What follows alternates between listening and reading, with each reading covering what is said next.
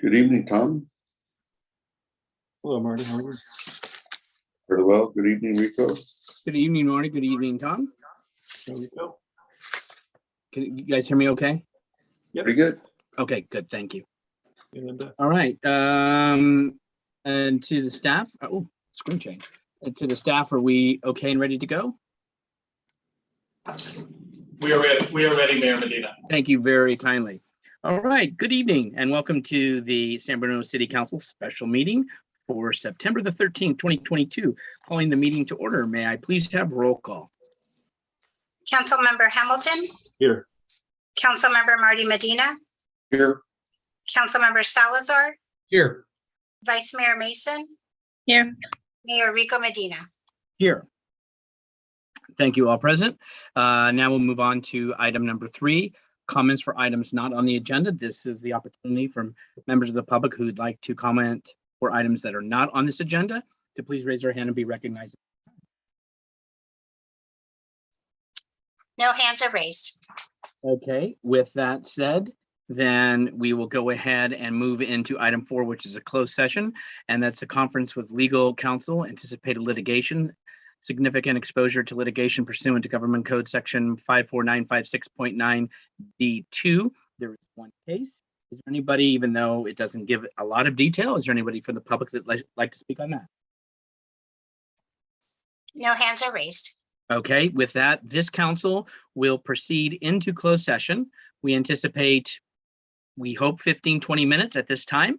We will come back to this Zoom link and then we will go to the conduct of business, which is in regards to an ordinance.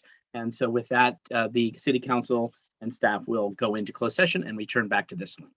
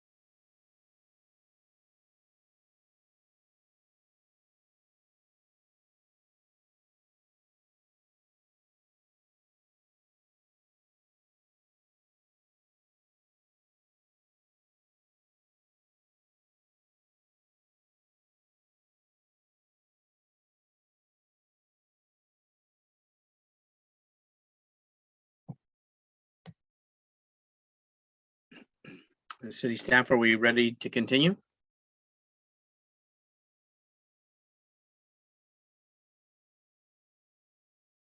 Mayor, we are ready here at City Hall. Thank you very, very much.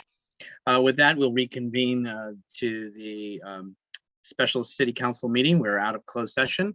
And I will turn it over to the city attorney for a comment concluding our closed session. Thank you, Mr. Mayor. We met in closed session on anticipated litigation. There's nothing to report. We just discussed litigation strategy. Thank you very much for that update. Now we are back on to item number 5, which is conduct of business, and we will take each section at a time. And so we will begin with section A, please. 5A, introduce, read by total only, and waive further reading of the following ordinances of the City of San Bruno. An ordinance of the City of San Bruno amending Chapter 11.02, Administrative and Reference Standards Code of Title 11, Buildings, Construction, and Fire Protection of the San Bruno Municipal Code and adopting by reference the 2022 California Reference Standards Code and the 2022 Administrative Code. An ordinance of the City of San Bruno amending Chapter 11.04 Building Code of Title 11, Buildings, Construction, and Fire Protection of the San Bruno Municipal Code and adopting by reference the 2022 California Building Code Volumes 1 and 2, the 2022 Historical Building Code, and the 1997 Uniform Housing Code. An ordinance of the City of San Bruno adopting Chapter 11.06 Energy Code and Title 11 Buildings, Construction, and Fire Protection of the San Bruno Municipal Code and adopting by reference the 2022 California Energy Code. An ordinance of the City of San Bruno adding Chapter 11.07 Green Building Code of Title 11 Buildings, Construction, and Fire Protection of the San Bruno Municipal Code and adopting by reference the 2022 California Green Building Code. An ordinance of the City of San Bruno amending Chapter 11.08 Mechanical Code of Title 11 Buildings, Construction, and Fire Protection of the San Bruno Municipal Code and adopting by reference the 2022 California Mechanical Code. An ordinance of the City of San Bruno adding Chapter 11.10 Residential Code of Title 11 Buildings, Construction, and Fire Protection of the San Bruno Municipal Code and adopting by reference the 2022 California Residential Code. An ordinance of the City of San Bruno amending Chapter 11.16 Electrical Code of Title 11 Buildings, Construction, and Fire Protection of the San Bruno Municipal Code and adopting by reference the 2022 California Electrical Code. An ordinance of the City of San Bruno amending Chapter 11.20 Plumbing Code of Title 11 Buildings, Construction, and Fire Protection of the San Bruno Municipal Code and adopting by reference the 2022 California Plumbing Code. An ordinance of the City of San Bruno adding Chapter 11.22 Existing Code of Title 11 Buildings, Construction, and Fire Protection of the San Bruno Municipal Code and adopting by reference the 2022 California Existing Code. An ordinance of the City of San Bruno amending Chapter 11.24 Fire Code of the Title 11 Buildings, Construction, and Fire Protection of the San Bruno Municipal Code and adopting by reference the 2022 California Fire Code. Adopt a resolution entitled A Resolution of the City Council of the City of San Bruno adopting findings of necessity and need for amendments, deletions, and additions to the 2022 fire building codes and set public hearing on adoption of ordinances for October 11, 2022. I want to say beyond thank you for all of that, and nobody asked her to repeat. The others are not as long. What we will do is we're going to turn it over to the Assistant City Manager and also the Fire Marshal for a presentation. I'll ask then Council for any questions on the presentation. We'll move it to the public for any of their input, and then we'll bring it back to Council for deliberation and or action on A. And with that, I'll turn it over to staff. Good evening, Honorable Mayor, Vice Mayor, and Council members. Darcy Smith, Assistant City Manager. I'm here tonight joined by our fire and building team. Gage Slice, the fire marshal, will be making a brief part of his presentation along with me. And we also have Darcy Asha, our chief building official, and Radha Mehta, our management analyst in the Community and Economic Development Department, who all worked on these lengthy ordinances that you just heard read off. And no, I will not read them off again. So I'll start with a quick agenda. I'll cover the objective, quick background, spend the bulk of the time reviewing the ordinances and resolution, and with tonight's recommended action and time for questions. So first of all, the objective, as you heard read by the clerk, is to introduce and read by title ordinance, or title only, wait for the reading of these 10 ordinances, and adopt a resolution with the findings of the necessity and needs that I'll describe later for the local amendments, and finally set the public hearing on the adoption of these. And I'll explain why we do that process, because these are adoption of codes by reference. So quick overview of the California building codes. These are come from the state of California, and specifically the Building Standards Commission, who has been working on these codes for a few years. I've heard they adopted the 2019 codes and got to working on this code update.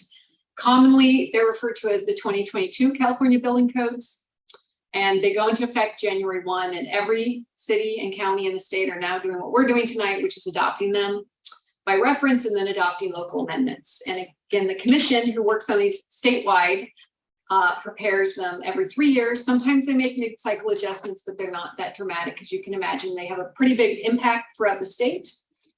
So they tend to update them every 3 years. So again, these apply design and construction standards for all construction occupancies throughout the state. They have requirements that are really technical. I won't spend a lot of time on those, but they address things that are really important to the building construction industry, such as structural requirements, plumbing, electrical and mechanical systems of buildings, fire and life safety, energy conservation, sustainability, and accessibility. And on the next agenda item, you'll hear more about these energy and sustainability requirements and our local approach to that through what we call the REACH codes. And we, again, are required to adopt these by reference. So every city in the state has got this on their agenda in the next few months.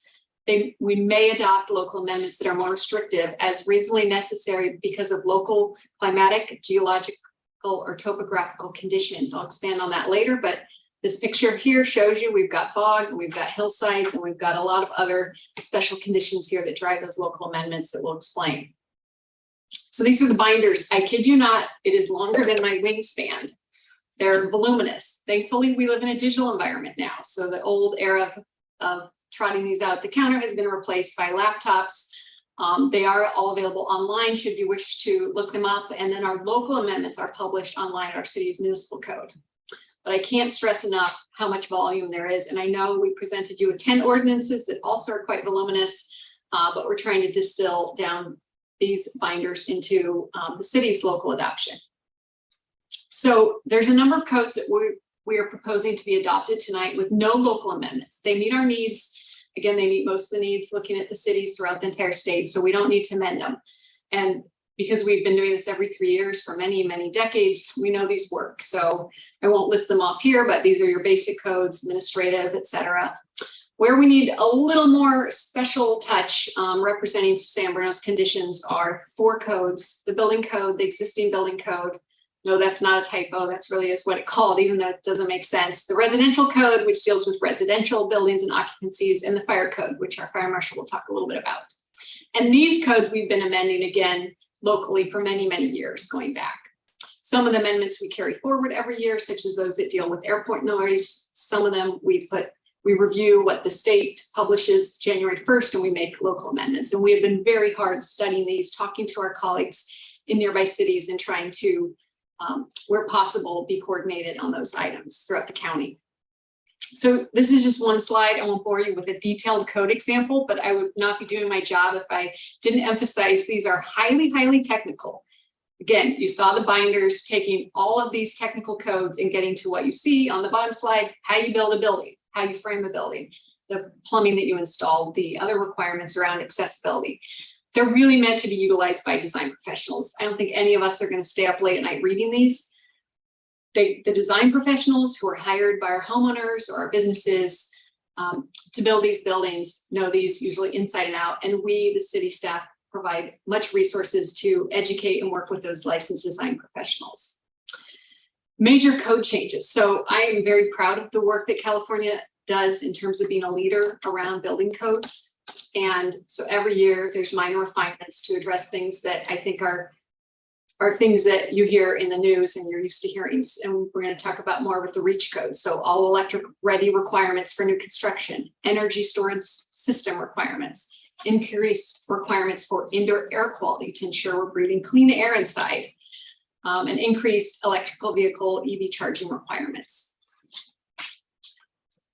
Local implementation. Again, I've said we are required by the state to enforce these codes locally, and our local code has enforcement mechanisms. All San Bruno projects are going to be required to comply with these. So what does that really mean? It means that December 31st at City Hall is going to be one of our busiest days, and December is the busiest month.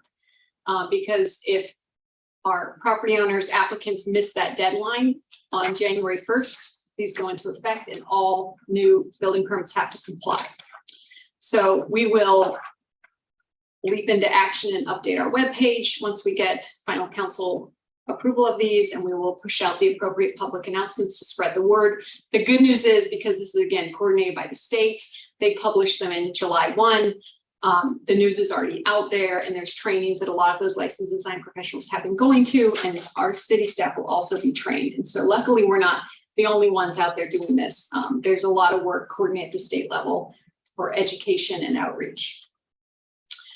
Quick overview of the resolution. So I mentioned we need a special resolution here. Why? Because we're doing these local amendments for the state codes to be effective with those very special findings that we need them. Well, why do we need them? Well, we've got special climatic, geographical, and topographical conditions that, since you live in the city, you're familiar with. Then we have the bulk of tonight's work, the 10 ordinances for adoption of those codes. So again, we have some special conditions here. I think you could probably guess at a lot of them. We have fog, we have steep slopes, we have earthquakes, faults, we've got steep canyons, homes near those canyons, we've got flooding risks, you'll hear about that later tonight, landslides, and high winds. So I think we've got it all. So we have to address it some way locally. And these are pretty minor things, which I'll explain later. And again, council traditionally has approved those local amendments. We last saw them in 2020. And they're in line with what other jurisdictions in San Mateo County have adopted. There's a lot of coordination by the fire marshal and the chief building official working with our cities and our counties to ensure consistencies that helps our customers that we serve, the local contractors and design professionals.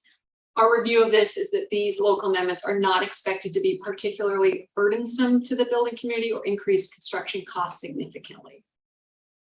So here's some fun examples. Well, existing emergency escape windows. I know it doesn't sound like fun, but you know, from the picture, it's pretty important that we provide that ability to people to escape through their windows. And we are setting a size requirement. The state was actually the size that we're recommending here, and they reduced it, but we think because of our special conditions, it needs to stay at this 5.7 square feet minimum. Again, we have fog, we have steep slopes, and sometimes can't get out of the building fast enough in an emergency situation. So we want to keep it at this size, which is again the current size, so not new, just the state changed it. Site address identified, so making sure that again in situations where there's low visibility, that the address numbers are illuminated and they're at an adequate height to ensure visibility for emergency response. Construction efficiency. This is a new one. We have a lot of wind in San Bruno, and we've had situations where the debris blows around, and also we have security issues. So this is a new requirement, very specialized. It's not for every project in the city, but it's to require protective fencing for adjoining public and private property to protect from damage from the wind blowing around and theft.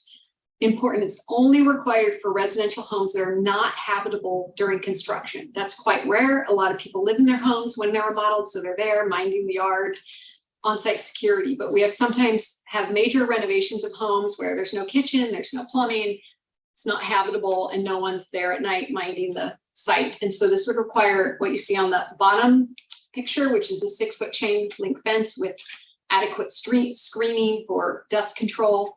and for security. And that's required to be maintained in place and kept in good order for the entire length of construction. Our inspectors would monitor that, as well as signage. So when a fence like this goes up, oftentimes that really nice illuminated address sign isn't visible anymore.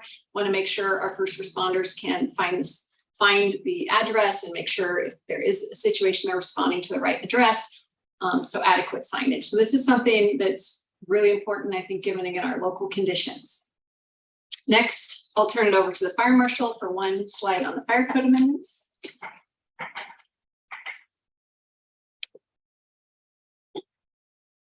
Hello, Mayor, Vice Mayor, Council Member. Excuse me. My name is Gage Slice. I'm your fire marshal. I'm going to cover some of the 3 top amendments that I'm proposing for this code cycle. The first one is additional requirements for sprinkler coverage in specifically parking garages to address lithium battery fires, as you can see to the picture on the right side of the screen. And I'm sure everybody's seen it in the news, some of the hazards that we face with lithium type batteries in cars. And it exponentially gets worse when it's inside a contained parking garage. So we added some amendments to the code to make it so we can get more water on the fire faster and put the fire out quicker. The second thing we're going to do is we're a continuation of our mobile food truck inspections. So starting 2 years ago, we implemented a mobile food truck inspection program where we actually go out and inspect all the local vendors to ensure all the fire systems inside these food trucks are actually serviced and that they have fire extinguishers inside the vehicles. We're just continuing that on to this code cycle. And each food truck has a little sticker, as you see there in the middle picture, that shows when it was inspected and who was it inspected by. And this is an annual type program. And the last was, we're trying to implement some improvements to reduce some of our false alarms. Some of our larger occupancies and businesses have sometimes what we call excessive false alarms, where they call the fire department, we respond, and it's a false alarm. So this is going to allow me to help the business get in compliance and reduce false alarms, so that way we don't run extra calls that we don't need to run. Thank you. Thank you, Fire Marshal Schleiss. So tonight's recommended action is to introduce, read by title only, although I will say you don't have to read the title, the city clerk read it, so we don't need to read that lengthy statement again, and then waive further reading of those 10 ordinances, adopt a resolution, and set the public hearing on the adoption of the ordinances for October 11th. Why do we have to do that? Well, again, special unique procedure because this is adoption of codes by reference, usually only happens every 3 years. And there are also special requirements for adoption of code by reference, such as the certified copies of the ordinances have to be filed with the city clerk 15 days prior to the hearing. That's why we need to go to the October 11th meeting. Once that happens, city council takes that action, then these ordinances and resolution for the local amendments are filed with the state for acceptance and would be effective on January 1st. So that concludes my staff report. The city team is happy to answer any questions you may have about these 2022 building and fire code adoptions with local amendments. Thank you to both for your presentation. Are there any questions from council on the presentation? I see no hands at this time, so we will see if there are any members. Okay, Vice Mayor Mason. You can go ahead and take public comment first. Thank you. Are there any members of the public that wish to speak on 5A that was just presented a moment ago by the fire marshal and the assistant city manager? No hands are raised. Thank you. We'll bring it back to council. Follow-up questions, and I want to pause before any action is considered. Any questions or comments by colleagues? Vice Mayor. Yeah, there was just a comment made that these changes should not increase costs significantly. So I just was curious about what costs are anticipated to be increased, and who's expected to make those charges and who's expected to pay those fees. We'll see the assistant city manager is coming to the podium. Hi, yes, Darcy Smith, assistant city manager, answering this question. So there are no new fees The changes that you heard would add very minimal cost to the construction, but potentially, for example, we talked about the size of the windows. Sometimes that doesn't add a lot of cost because people actually want nice big windows. So sometimes our requirements are met with no added cost to the industry. Sometimes they're minor, like the permit fee for the food trucks, but that's not any new fees being proposed. And ultimately the business owners, if they're running a business like food trucks, or the homeowners, if they're adding on to their house or renovating their house, would pay the cost of construction. The city fees will not increase at all. Okay, and then my other question was around the communication. What efforts are being made to communicate these changes to everybody who would be impacted? So we'll, assuming council adopts the ordinances, we'll update our website with all the information. We will have handouts at our counter, and we'll do public announcements that are appropriate. Again, a lot of folks find out about this through their architects, their licensed design professionals. Those bodies, again, heard from the state in midsummer about these new ordinances. Some of them have been waiting to see what we adopted locally, but as you heard, a lot of what we're doing, we're carrying over from past years. But we ultimately, the building division, will make sure that word gets out. And again, December is one of our busiest months. So generally folks know about this in the construction industry and are gearing up, and they actually do pretty much everything they can to get their permits in December before these go into effect. And then January is a little bit lighter, but the folks that come in late in December are notified that if they don't meet the deadline, they've got to comply with the new codes, and we start having conversations about what that might mean. So I wonder if before the next meeting, if this could be just similar to one of the police policies, just so that people can easily find them and comment on them without having to guess which meeting it's at, to look at the agenda packet. Would it be possible to place it on the website ahead of time in case there are any comments? Yeah, we can do that. Thank you. Councilmember Hamilton. Thank you. And thank you for the presentation. I have just one comment about regarding the construction fencing. Very glad to see all of that, all of those changes in the as amendments to the state code. One question that I had regarding the last bullet on the slide that mentioned the construction fencing, which was that the signage must be posted with site address and emergency contact information. Would it be possible and desired to also require that either the number or website for the planning department or some information be posted so that neighbors and passersby who might have questions about the project itself know where to go? That's often a question that people have when there's construction in the neighborhood, especially if things are taking long or whatever, and just wanted to check on whatever publicly available information there is about the project.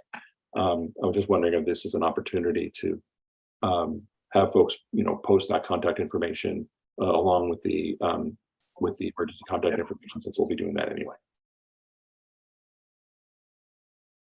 City staff. Sure. Thank you, Javon Brogan, City Manager. Yeah, in response to Councilmember Hamilton's question, I think adding city contact information may be helpful, but it's important to note that our website will not have information on every project, right? The major things that are on our website are new entitlements, right? But every building permit that is taken out that may include construction fencing would not be listed on our website. So I think typically we think of the larger entitlements and projects that are on our website, but I'm not sure that it would be helpful. So I would think that in cases like that, then they would just have the phone number for the planning department so that if they can call and check on the permit or whatever. Sure, but that can be added as a requirement.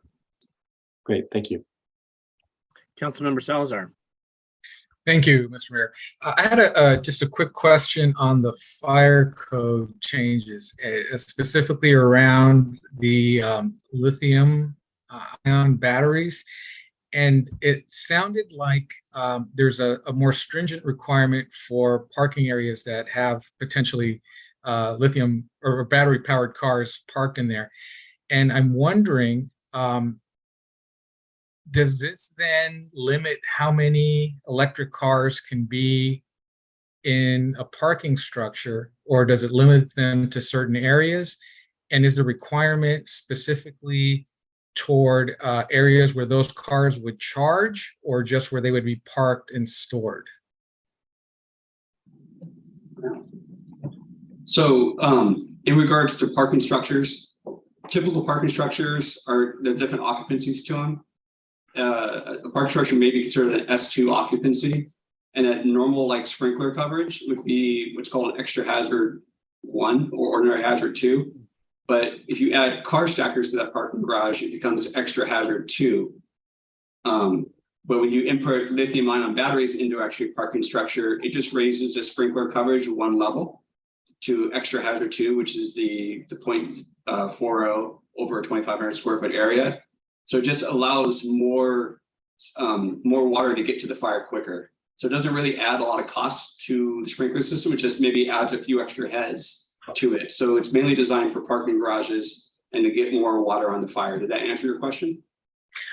Partially, yes. So thank you for that clarification. But I'm wondering, so being that we're seeing so many electric cars on the road now, couldn't we just assume that there would be electric cars parked in every structure and just make that the minimum standard for everyone rather than distinguishing?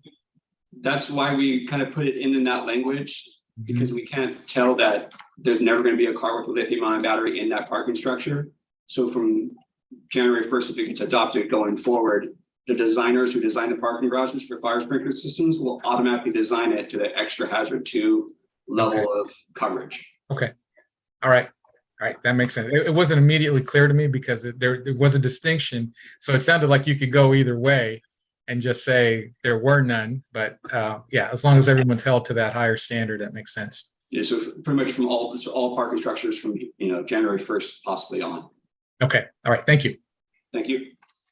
Any other questions or comments from colleagues? Seeing none, is there any action? I'm going to pause. If there is action in support, again, I want to remind it would be I move item 5A as read by the clerk. So just to clarify, so we don't start going through the whole list. So Mr. Hamilton. Through the mayor, I would like to make a motion to accept item 5A as read by the clerk. I'll second that. Motion seconded. Hamilton, Marty Medina, roll call, please. Hold on. If you want to add in the requirement for contact information to include, I would proffer the building division, since they would issue the building permits, and the phone number, not the web page of the building division. Can you make them Amend. your motion with the amendment, and it's Municipal Code Section 11.10.020 amendments, subsection B, R341.5. Sure, recite that, Mr. Through the Hamilton. mayor, I'd like to amend my motion to accept item 5A as read by the clerk and with the amendment as read by our assistant city manager. I'll second that. We again have, thank you both. We have the motion and seconded. Hamilton, Marty Medina, roll call, please. Councilmember Hamilton, Aye. Councilmember Marty Medina, Aye. Councilmember Salazar, Aye. Vice Mayor Mason. Aye. Mayor Rico Medina. Aye. Motion passes 5-0. Now we'll move on to section B, please. 5B, introduce, read by title only, and waive further reading of the ordinances of the City of San Bruno, an ordinance of the City of San Bruno amending Chapter 11.06 Energy Code of Title 11, Buildings, Construction, and Fire Protection of the San Bruno Municipal Code, and adopting by reference the 2022 California Energy Code. An ordinance of the City of San Bruno amending Chapter 11.07 Green Building Code of Title 11, Buildings, Construction, and Fire Protection of the San Bruno Municipal Code, and adopting by reference the 2022 California Green Building Code, and set public hearing on adoption of ordinances for October 11, 2022. Thank you very much. And I will turn it over to the Assistant City Manager who will introduce our presenter. Yes, thank you, Honorable Mayor, Vice Mayor, and council members. We're back, item 5B, item 2. Darcy Smith, Assistant City Manager. I'm going to now hand it over to Radha Mehta, the Management Analyst in Community Economic Development Department. And I can't emphasize enough how hard she's worked on these ordinances. So I didn't want to steal the thunder, and I wanted to let her present this item. It's such an important item to bring forward to you. Thank you, Assistant City Manager.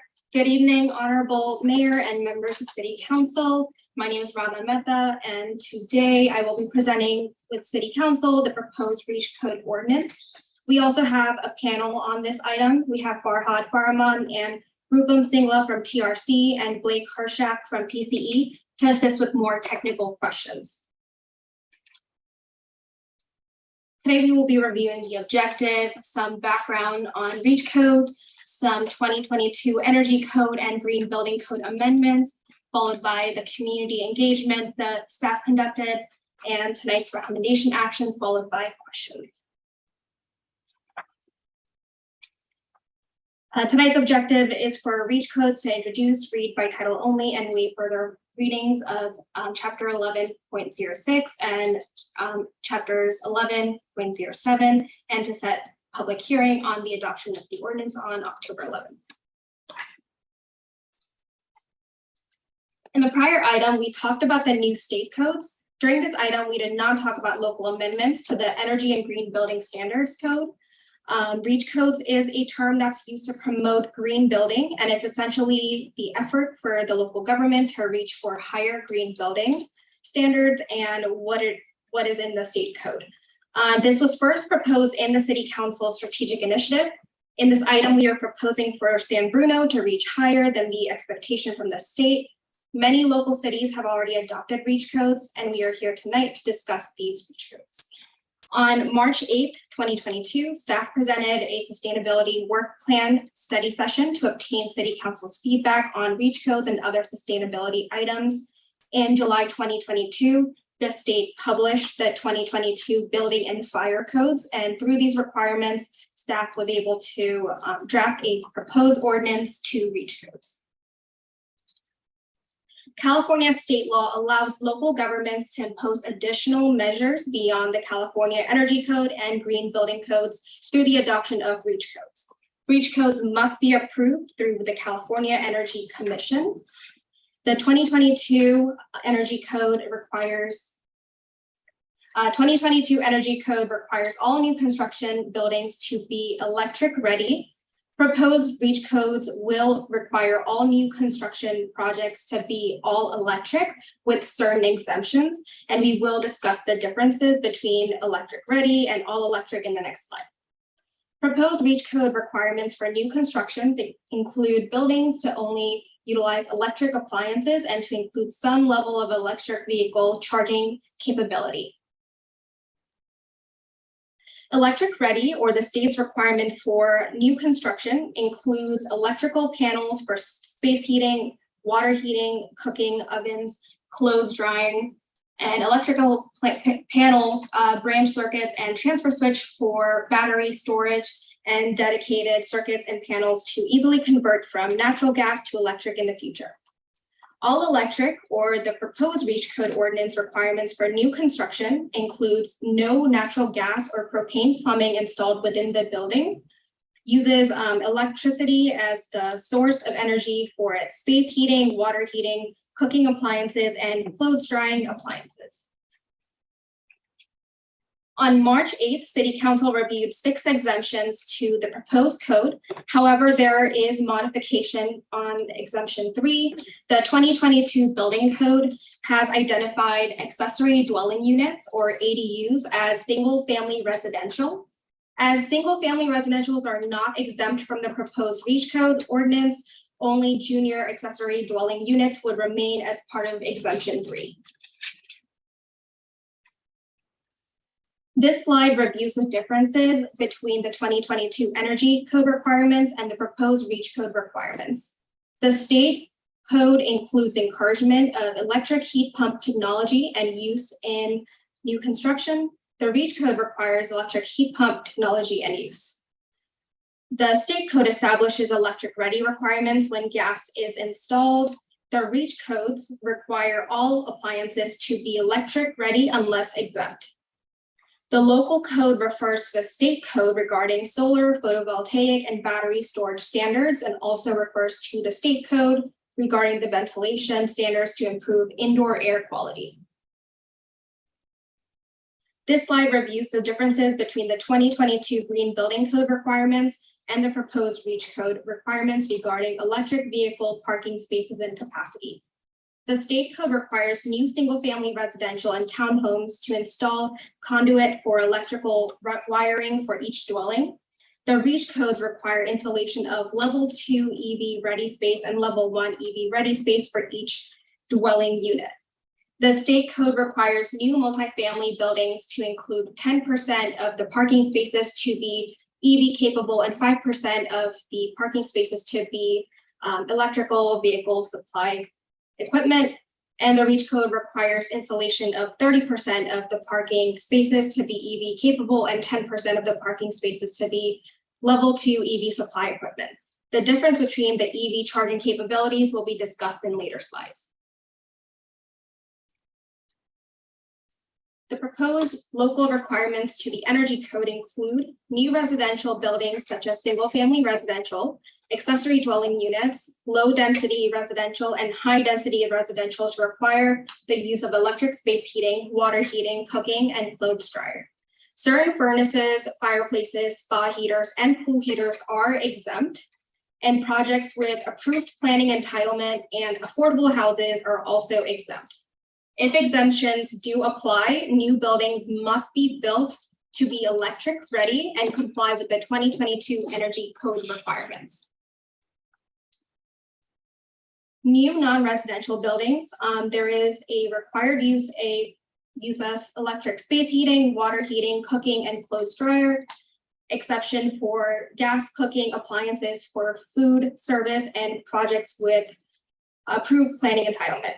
And just like the other code, if exemption applies, new buildings must be built to be electric ready and comply with the state requirements.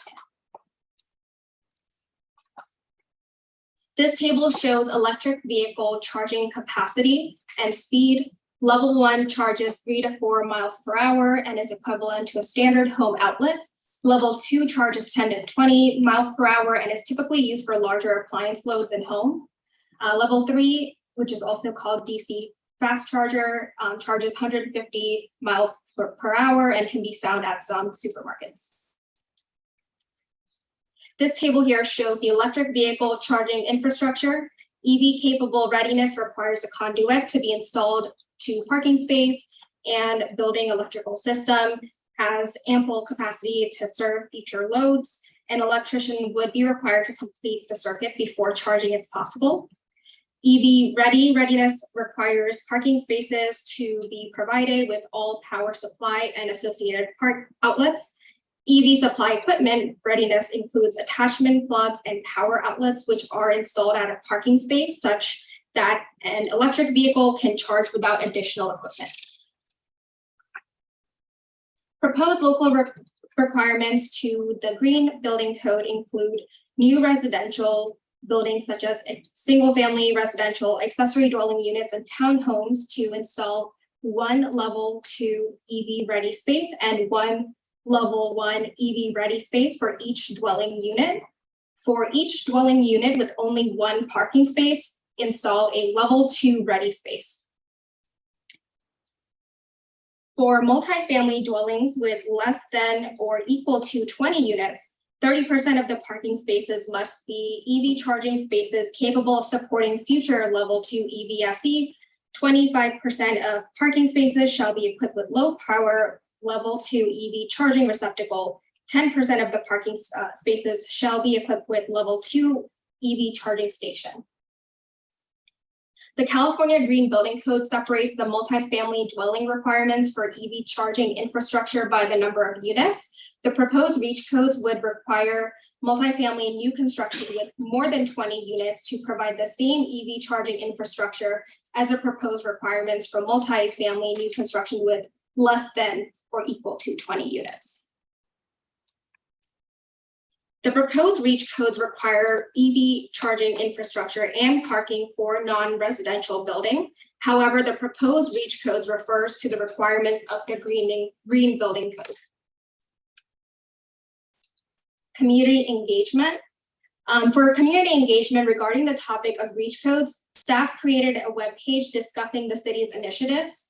The webpage includes the new construction cost effectiveness study, information on technical assistance, and the process and timeline of the proposed ordinance adoption. Additionally, Peninsula Clean Energy, or PCE, and representatives with the statewide codes and standards program had also been coordinating with San Mateo County and cities in stakeholder webinars for REACH codes, in which some developers and business owners attended. Staff also published a REACH code community engagement survey on the website, which obtained feedback from the community. Staff has handed out flyers to business owners in downtown San Bruno and also emailed recent developers of the change. And staff had also added a link on the webpage news alert. Between July and August, 21 people responded to the survey. The respondents included San Bruno residents, business owners, employees, developers, and contractors, also environmental advocates. Of the 21 respondents, 95% of the survey respondents stated they are concerned about climate change and its impact.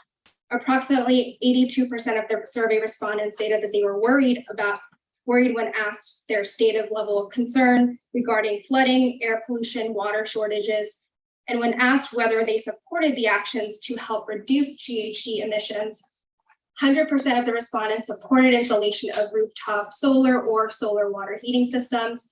95% supported installation of additional charging stations for EV.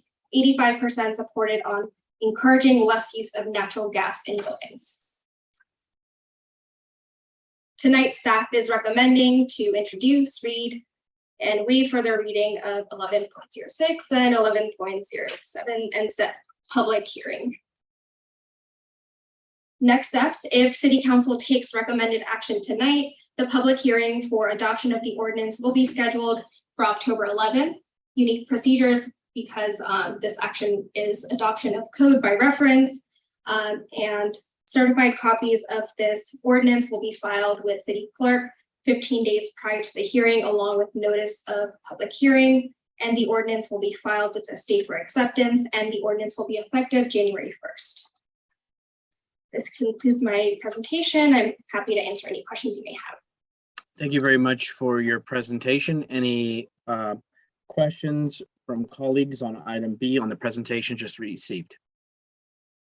Seeing no hands, we'll go ahead and see if there are any members of the public that wish to comment on item section B. No hands are raised. With that, we'll bring it back to council for further questions, deliberation, and if there is action, again, it would be I move item 5B as read by the city clerk. Colleagues. Councilmember Medina. Yes, thank you, Mr. Mayor. I just really wanted to thank our staff. I know this is one of the things that I was hoping that we would be able to get to sooner, and we are here now. And I understand it took a lot of work, and I just wanted to express my appreciation for all this work. So thank you. You want to make that into a motion? I don't see any other hands. Yes, as read by the city clerk, I move to adopt 5B. I'm sorry. Got it. 5B. 5B. Okay. Thank you, sir. Is there a second? I'll second. Marty Medina motion, seconded by Hamilton to approve item 5B as read by the city clerk. Roll call, please. Councilmember Hamilton, Aye. Councilmember Marty Medina, Aye. Councilmember Salazar, Aye. Vice Mayor Mason, Aye. Mayor Rico Medina. Aye. Motion passes 5-0. Thank you very much. Now we'll move on to section C. 5C, introduce, read by title only, and waive further reading of an ordinance amending chapter 11.40, floodplain management of title 11, buildings, construction, and fire protection, of the San Bruno Municipal Code establishing floodplain management requirements. I see our Assistant City Manager is going to introduce somebody we may be familiar with, but I would please give the pleasure to the Assistant City Manager. Yes, Honorable Mayor, Vice Mayor, and Councilmember Darcy Smith, Assistant City Manager, back again. We're not done yet. We got one more, so we'll keep going. This one's near and dear to my heart because when I was here back in a few years ago, I worked on this ordinance and then lo and behold, I'm back and we have to make some minor amendments. So I'm going to hand it over to Rod Meta, who will do a pretty quick presentation covering the floodplain management ordinance amendments. Thank you, Assistant City Manager, and hello again, members of City Council. I am here today presenting with City Council the proposed floodplain management ordinance.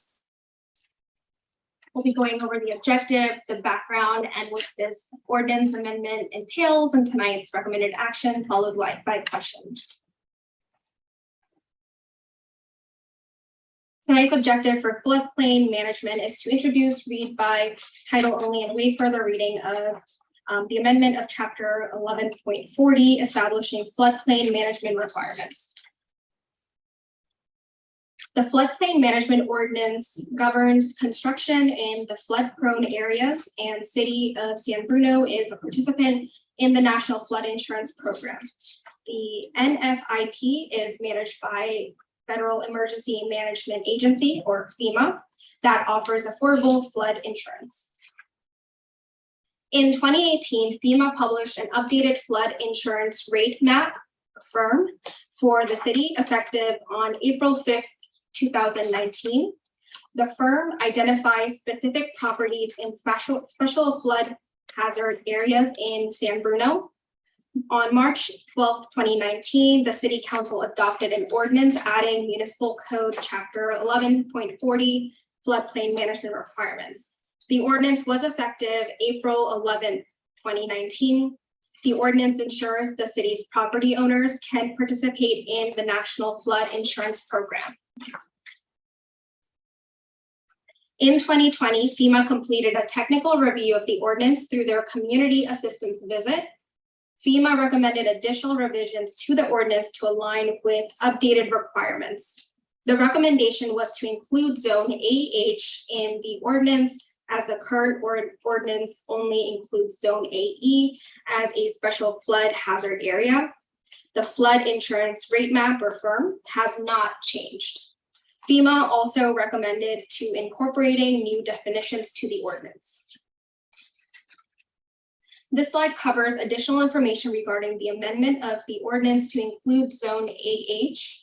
In 2019, FEMA's FIRM identified Zone AH as special flood hazard area, and Zone AH is subject to inundation by 1% annual chance of shallow flooding, usually areas of ponding. FEMA requires mandatory flood insurance purchase for Zone AH, and floodplain management standards apply. As a flood insurance rate map already includes Zone AH, there are no impacts to the insurance purchase with the ordinance amendment. If City Council declines to introduce the ordinance, City would be non-compliant with FEMA requirements. City's participation in the NFIP would be suspended. No federal mortgage, insurance, or loan guarantees would be provided. Federal banks would also inform applicants seeking loans for insurable buildings in flood hazard areas that there is a flood hazard and that the property is not eligible for federal disaster reliefs. It is recommended that City Council introduce the amendment for Chapter 1140. That concludes my presentation. Happy to answer any questions. Thank you for the presentation. Are there any questions from colleagues on Section C as presented? Seeing none at this time, let's see if there are any members of the public that wish to have a comment. No hands are raised. Thank you very much. We'll bring it back to council for further discussion and or action. Once again, if there is going to be an action, it would be I move item 5C as read by the city clerk. Colleagues.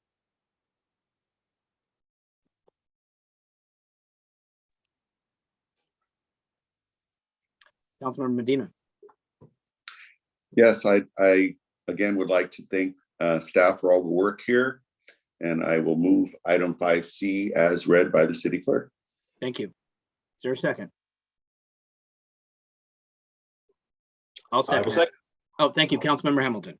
Motion made by Marty Medina, seconded by Councilmember Hamilton. Roll call, please. Councilmember Hamilton, Aye. Councilmember Marty Medina, Aye. Councilmember Salazar, Aye. Vice Mayor Mason, Aye. Mayor Rico Medina. Aye. Motion passes 5-0. Finally, under this section, an item for conduct of business is section D, please. 5D, introduce, read by title only, and waive further reading of an ordinance amending chapter 10.23, recycling and diversion of debris from construction and demolition of the San Bruno Municipal Code establishing diversion requirements. I believe we're having the assistant city manager who will be opening up and having it to a presenter we may know. Yes. Assistant city manager. Right, but we're on item 5D, the last one. Good evening again, Honorable Mayor, Vice Mayor, and Council members. Darcy Smith, Assistant City Manager. So now we're on to the last exciting topic, recycling and diversion of debris from construction and demolition. And we're here because we have some brief amendments. So with that, Rhoda Mena will make a quick presentation on this item. Thank you again, Assistant City Manager.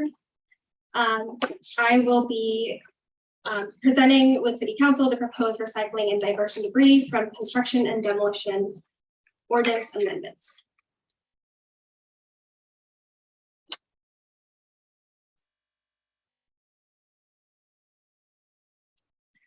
We'll be going over the objective, background, ordinance amendments, and next steps, followed by tonight's recommendation, action, and questions.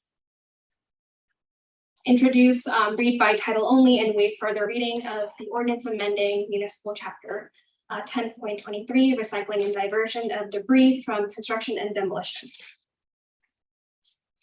Effective January 1st, 2011, California's Green Building Standards Code required the diversion of at least 50% of the construction waste generated during the most new construction projects to be recyclable. Effective January 1st, 2017, the required diversion rate was raised to a minimum of 65%. That means on certain construction demolition projects, at least 65% of the generated waste must be reused, recycled, or salvaged from the landfill. The current ordinance requires at least 50% of construction and demolition debris to be recycled for existing buildings, and at least 65% of construction and demolition debris to be recycled for new buildings. 2022 California Green Building Standards Code requires a minimum of 65% for both new and existing buildings, which requires an ordinance amendment. On March 8th, 2022, staff prepared a study session regarding the discrepancies between the C&D ordinance amendments. Since the March 2022 study session, staff has prepared the amended ordinance to comply with the latest state regulations. The proposed ordinance amendments requires 65% of diversion of all construction and demolition debris from the landfill to be recycled material. Exemption from the 65% requirements include asbestos, appliances, railroad ties, telephone poles, and pressure treated wood. Next steps. After the adoption of the ordinance, staff will research automated programs for building permit applicants to implement waste tracking. The automated program, typically web-based, will serve to improve and streamline the tracking process, decrease staff time and resources, and provide a more accurate estimate of waste generated. Staff plans to submit an RFP for procurement of the automated program by January 2023 after the adoption of the ordinance, if adopted and is effective. Tonight's recommended action is to introduce, read by title only, and waive further readings of the amendment of chapter 10.23. And that concludes my presentation. Happy to answer any questions. Again, thank you for the presentation. Are there any questions from colleagues on section D as was presented? Seeing none, are there any members of the public that wish to comment on this item, section D? No hands are raised. With that, we'll bring it back to the council. If there's any other discussion, deliberation, or action, and again, if there is action, it would be I move item 5D as read by the city clerk, city council. Councilmember Medina. You're on mute. That's a good one. Wanted to thank staff again. This was a busy night, a lot of things going on. I move item 5D as read by the city clerk. Thank you. Is there a second? I'll second. Thank you. Councilmember Medina motion, Councilmember Hamilton seconded. Roll call, please. Councilmember Hamilton, Aye. Councilmember Marty Medina, Aye. Councilmember Salazar, Aye. Vice Mayor Mason, Aye. Mayor Rico Medina. Aye. Motion passes 5-0. That concludes the conduct of business for this evening. Again, it's been said by one Medina, but we'll have this Medina say it. I want to thank staff for all this work. The meeting may have been efficient, effective, and well-structured and organized in good detail, but it was a lot of work behind the scenes to get us here to this night. And you have 5-0s all the way straight through. So, hey, this is something, was a good team effort. And we appreciate all the efforts, all the time, and all the work. With that said, we will go ahead and adjourn this special meeting, conclude it at 6:13 p.m. or 6:14 p.m. And we will then be adjourning to the next regular city council meeting, which will be at 7 p.m. this evening. With that, again, thank you, staff, and we'll see everyone at 7.